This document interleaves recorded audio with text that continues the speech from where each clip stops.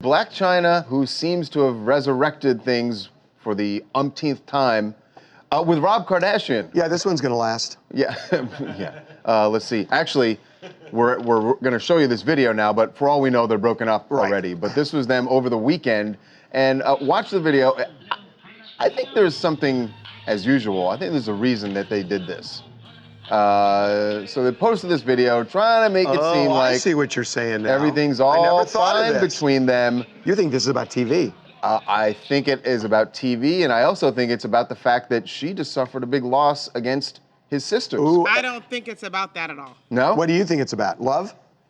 Yeah, of course. Really? I think, well, for one, I mean, obviously. She was trashing him last week. But they have a baby together, so things get tricky. When you have babies with people, you have baby daddy, baby mama problems, y'all get She into referred it, to him multiple times as the side N-word.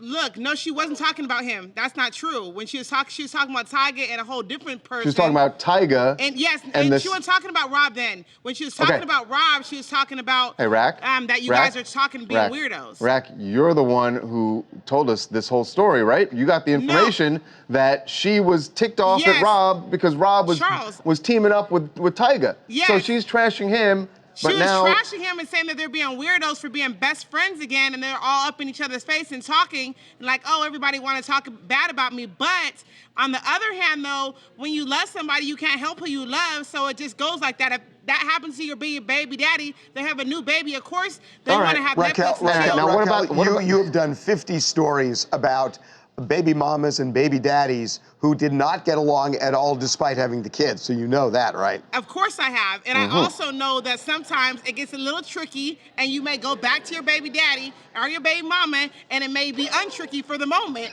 and that's what happens. Okay, so it's untricky for the moment. What about the fact that she just lost her bid to get a trademark This is a big deal.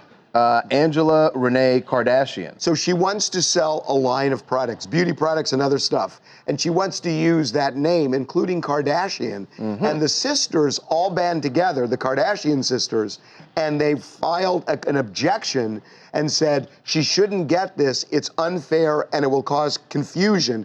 And by the way, and they rejected her application. And by the way, you can understand why it would be rejected. She and Rob were not together. Hold on, let's get all the facts clear, okay?